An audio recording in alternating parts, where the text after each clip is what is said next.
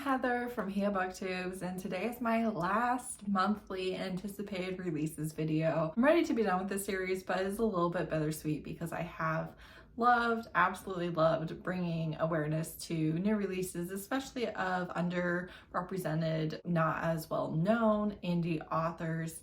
It's something that I've really enjoyed. So I'm a little bit sad about it, but also from just the making of the content standpoint, I'm ready to be done with it. So these are my anticipated releases for December. While December is not the biggest release month, I had some very anticipated releases. So here we go. On the 3rd, Back in the Saddle, which is Avenging Angel #2 by Kristen Ashley, is coming out. This is the spin-off second generation rock chick series. It is romantic suspense. It's not the best thing you've ever read. I have pre-ordered it. I will be there for release day, reading it all day long, and having a wonderful time, I hope. But yeah, it's romantic suspense, very alpha, very dramatic and over the top.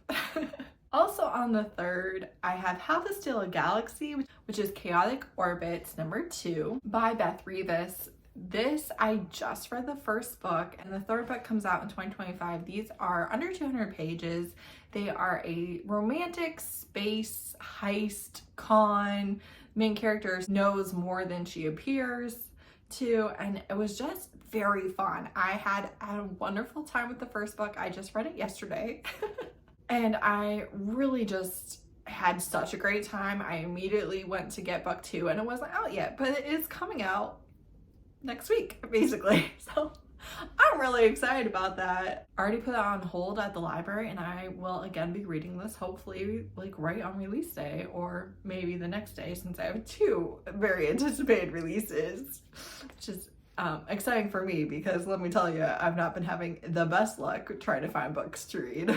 Then on the 5th, Sin and Snowflakes, a Mafia holiday anthology, is coming out, and I'm interested in this because Cate Wells has an entry, and this is the daughter from Run Posey Run. Run Posey Run is one of my all-time, if not the all-time favorite Mafia romance of mine. It is a psychopath. His longtime girlfriend does not know that he's a psychopath, and he throws her out and then tries to get her back, and it's just so good. It's so good. I love it so much. It obviously is a dark romance, but it's literally my favorite Mafia romance. So a novella following their daughter is very exciting to me personally, and I, again, will be buying the anthology to read that novella.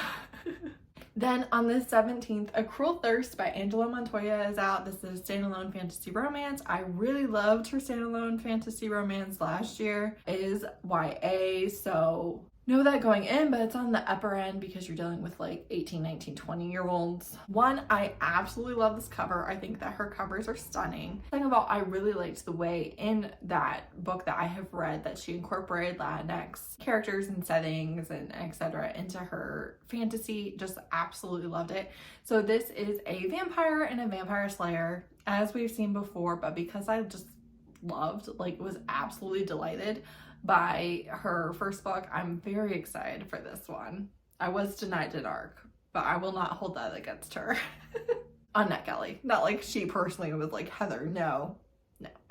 Also on the 17th, North is the Night by Emily Rath is out. She is most famous for her hockey romances, but she's also written historical romances, and she said that her first love is actually fantasy romance. So this is a winter fantasy. It's based on Finnish death magic, and it's kind of Christianity versus the old gods, which I'm a little nervous about because I don't really love reading about Christianity in my books, just because of my own personal experience. And I do know that the main character is snatched to the underworld, or like, I'm not sure who we're following the most of the different women that we follow. One is trying to get her out, and then she's in the underworld with like a death goddess, but actually she is going to have some sort of bargain with the god of death or the god of the underworld. So I did read a review that said that this was not sapphic. I don't know. We're gonna find out. That could have been by erasure. Like, I literally don't know, okay? I do know that Emily Rath tends to write wide shoes, and I would be curious if this series is going to be that or not. So I'm very interested in that. Then on the 24th, we've all been waiting for it. Heavenly Tyrant, which is Iron Widow #2 by Zhao, is out, and I cannot wait. I read Iron Widow years ago at this point. There's been a lot of issues with their publisher and getting this book actually published, but it's finally here. I am so excited based on where we left off in the first book, what we're going to do with book 2.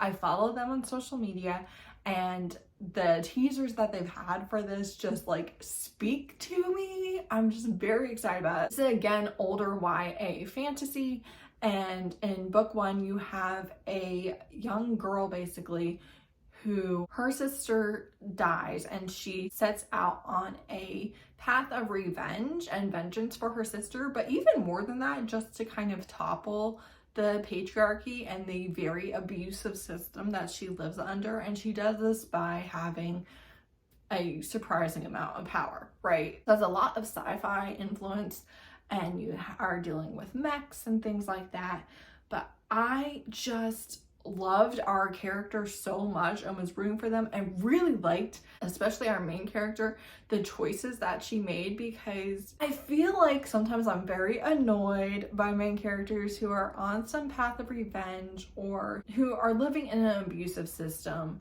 being held back by things that they think make them the good guy. And it's like, no, kill them, please, I'm begging you. They're a bad person, kill them. And this main character, scorched earth. She's killing everybody.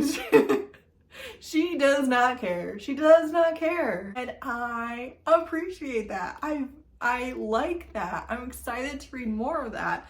And yeah, there's just like the whole setup for this book is spoilers for the first book, so I really can't tell you why I'm so excited about the extra characters, I guess, in this one, but I am. I think it's gonna be immaculate.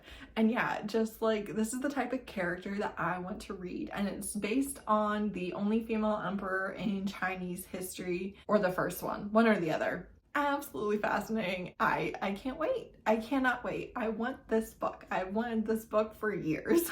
And then lastly, on the 26th, The Wild Wolf's Rejected Mate by Cate C. Wells. That's right. We're getting 2 Cate C. Wells in December. I am hyped. Cate C. Wells is one of my very favorite authors, if you don't already know that, but I'm not exactly sure where this falls in the 5-pack series. I will be sat and seated and reading. I can't wait. I do not like rejected mate books, but Cate C. Wells writes the one, and I read 6 of them. Like, that's just how it is. I love her writing. I love what she does with her characters. Every single book, I feel like I am stressed and upset at the beginning of the book, and then just would do anything for these characters by the end, and I'm actually rooting for their romance, which I think is difficult to do with the way that she opens a lot of her books, because you're just like so mad at the male love interest. You're like, you can suck it and die, I don't even care. But by the end of the book, she really does have you just feeling like so much empathy for them, and like, oh, they're just misunderstood. I think it really helps that her male main characters almost always hurt the main character by accident, and then it becomes abundantly clear that they would do anything for her, anything, and I like that. I like that. I like an obsessive hero. I like a hero that will lay down in the mud and let you walk across them just so your feet don't get dirty. Like, I love that. And she writes that very well. So that's it. That's all of my December releases that I'm excited for. I feel like for December, not a bad showing. And yeah, thank you so much for watching this series for the last few years, making it what it was. I am hoping to still have releases that I'm excited about that I didn't actually get to read on release day still be incorporated in my content, probably in vlogs and things like that. So yeah, I really appreciate you all watching these videos. Sorry it's done. Thanks so much for watching. Bye.